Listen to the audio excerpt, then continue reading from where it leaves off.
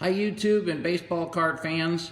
This is Silver Foo Cardboard doing my second video here. First off, I wanted to say thank you for all those that have watched my first video on my Mickey Mantle baseball card collection. What I want to do now is actually run through my top 100 baseball cards in my collection. And I'm going to keep my Mickey Mantle separate because I think they can really stand up to their own video. So we'll use those as the backdrop here. So starting off at number 100 is Monte Irvin. So Monte Irvin, interesting enough, I was fortunate to meet him in the mid-'80s when I worked at a baseball card shop. He lived locally and came in, and I wish I would have known a lot more about him at the time. I was just a young teenager and didn't really know the influence that he had on Roberto Clemente and Willie Mays. But an awesome card from the 53 Top Series.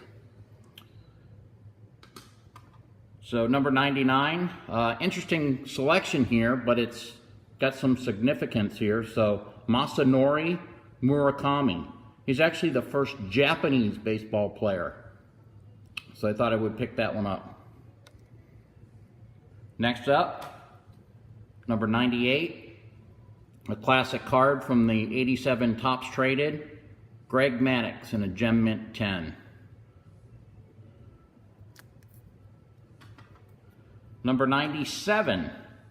This is a classic from the 1975 Topps, and that's Robin Yount in a Near Mint 7. Love that 75 Topps set. Number 96. Joe Morgan and a 5. That's actually a beautiful looking 5. And number 95. This is going a little further back. So this is Miller Huggins. 1906 Fan Craze. This is the National League version. So you can see the back of that is the red. The American League is the blue version of this.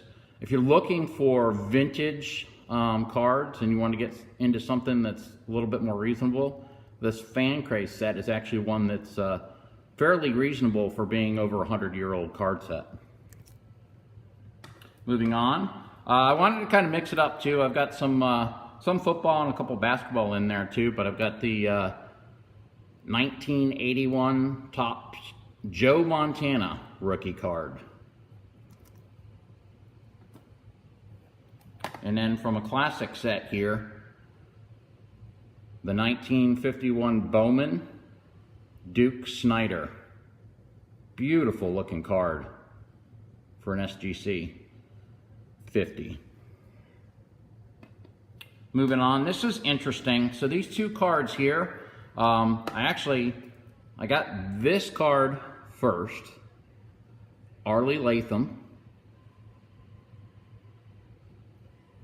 And then I didn't even realize it until about a month later. I actually got this card here. So he had a really long career in the major leagues, and you can see the span there of 1895 to, probably 1910, 1911 there. So Arlie Latham.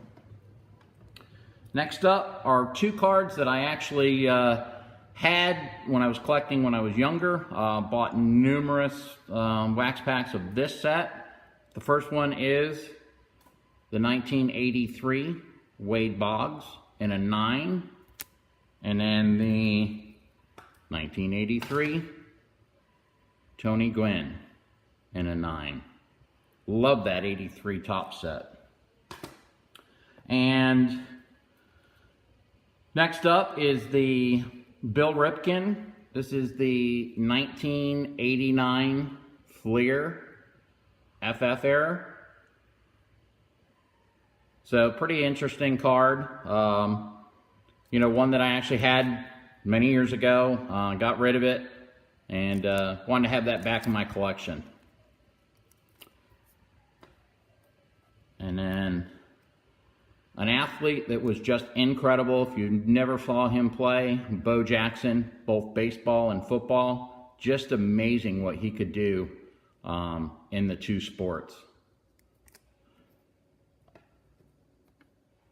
Next up is 1961 Topps Juan Marichal.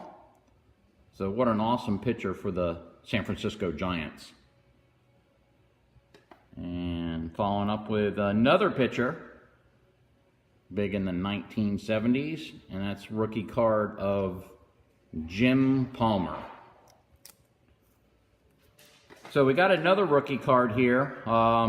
This is something a little more modern compared to what I mainly collect vintage, but I wanted to make sure that I got a Bryce Harper in my collection here. So kind of a classic 2012 Bryce Harper in a Gem Mint 10. And then moving on, we have from the 1951 Bowman set, Ted Williams. He was actually another player that lived locally when I was growing up as a kid. So I did get to meet him a few times and actually saw him come in the card store a couple times too. So next up, I wanted to go ahead and show you this 1961 Topps Hank Aaron. Beautiful. I'm doing a base card run on Hank Aaron. Not quite there yet. But I thought that was a beautiful SGC 84 near mint 7. Just a wonderful example of the 61 Topps there. And then moving on here to the 1953 Bowman color, Stan Musial. Such an underrated Hall of Famer in my opinion. That Bowman set is great. You know, go on to Bowman 53. He does an awesome job on all the Bowmans that he actually shows off.